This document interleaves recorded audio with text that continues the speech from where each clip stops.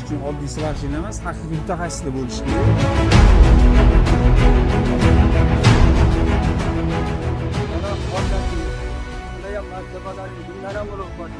Mana o'rtog'im mahallasini hammasini xursand qilib ketdilaring bolam.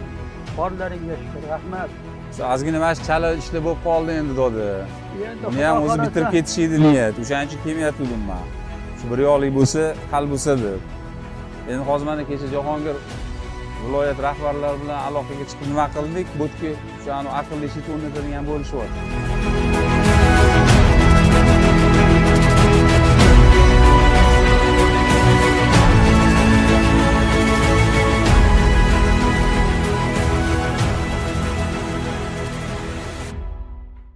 Skvajinalarimiz tayyor, analizlar yaxshi chiqdi. Liniyalarga uladik, mana yangi trubalarda ulangan. Lekin mana bashnada muammo. Bu yerda endi aholi o'zimiz hashar yo'li bilan to'g'rilab olamiz deyishuvdi, uni iloji bo'lmadi, chunki bu baland joyda bu yerda ishlash uchun oddiy svarshchilar emas, haqiqiy mutaxassislar bo'lishi kerak, ya'ni o'zini sohani egalari bo'lishi kerak. Kechiradigan shit bor, ya'ni o'sha aqlli shit kerakli suvni miqdorini potrебностьga qarab turib aholiga o'tkazib berishi, kontrol qila oladigan darajada shunaqa ishlaydi. Ya'ni kamroq, ko'proq ob'yomda napori davleniyani regulirovka qilib bera oladigan shit. Xudo xolisa o'shani viloyat suv ta'minoti rahbari Ro'shan aka va'da berdilar. Shu bugun erta olib kelib o'rnatishligi kerak. Undan keyin yana komkurslarni oxiriga yetkazib yakunlab olamiz. Lekin skvajinamiz tayyor, shuning uchun loyihamizni tugatyapmiz. Loyihamizda qatnashinglar, bizani kuzatib boringlar. Bu bashnani uzoq o'yladik-da biz.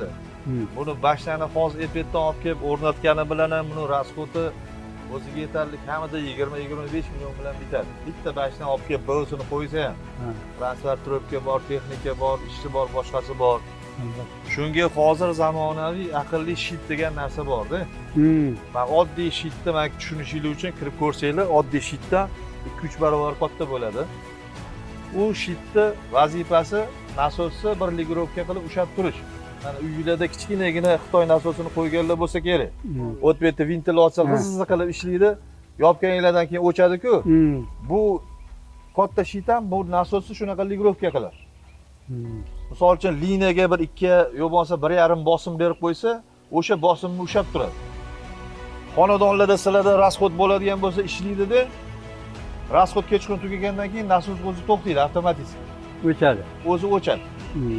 O'shanaqa bir xil aholiga berib turadi. Keyin buni adashmasam taxminan bir 12 ta 13 ta zashtasi ham bor. O'zi nasosda saqlab turadi. O'shaning uchun biz ko'p maslahat qilib bu narsadan hozir voz kechib turib, to'g'ri shitga ulab turib, aqlli shit orqali ishlatish kerak.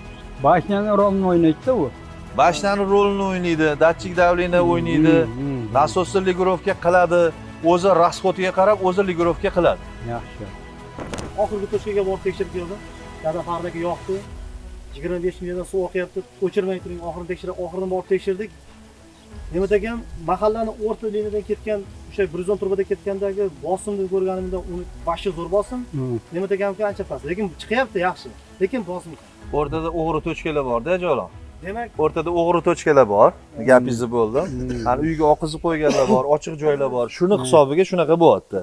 Endi mana bir yomon tomonni ham sizlarga aytib qo'yay, hamma yaxshi tomonni eshitaverdinglar. Buni hamma bir eshitib olgani yaxshi. Ertaga bu bola shartnoma tuzgandan keyin uyga oqizib qo'yib 30 talik turbada, 40 talik turbada oqizib qo'yib vang'illatavergandan keyin buni inspektorlari kiradida bitta akt yozib ishtirok urib ketaveradi. Ochiq oydin gap, bu ertaga suv ta'minotga o'tdi, menga 3 million urvar, 4 million urvar degan gap so'z u qarshiliklar bo'lmasin. U hammaga yaxshi. U odam bitta odamni urdimi, qolganlarning ham ko'zi ochiladi. Men shu tumanda 1 yildan beri rahbar bo'lib ishlayman. 57 ta mahalla bor O'rtacha tumanida.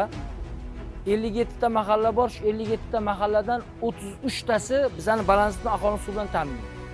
Juda ko'p mahallamizda ichimlik suviga ehtiyoji juda ham baland aholi.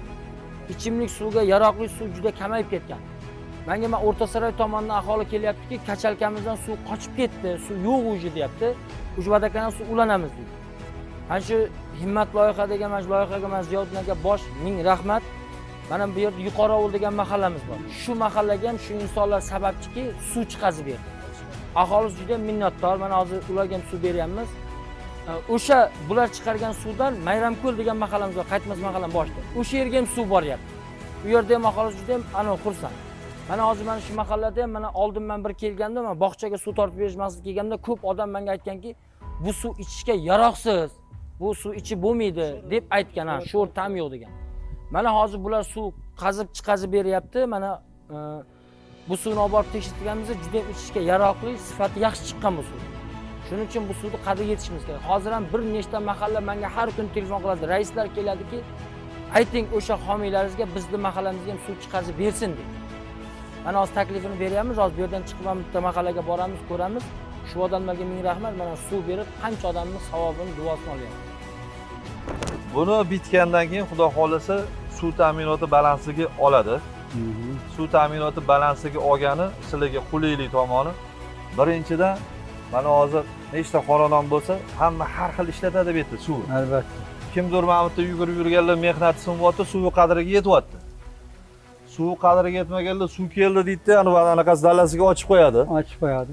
Dalasiga 50 talik turbada ochib qo'ysa, u oxirgi xonadonlarga suv yetmay yotadi. Yetmayapti.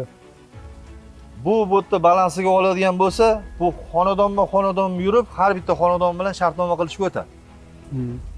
Uch qo'yadi. Uchochi qo'yish qo'ymasligi u o'zingizlarning ishinglar, xohishinglar. Uchochi qo'ysa xonadon uni zo'rlashga buni haqqi yo'q. Uchochi qo'ysa xonadon egasiga o'ziga yaxshi. O'ziga yaxshi, to'ppa-to'p. Uchochi qo'ysa hozir adashmasam, agar yotib olib ishlatsa 15 ming so'm oyiga ishlatadi. Uchochi qo'ymasa kishi boshiga tarif bo'yicha to'laydi.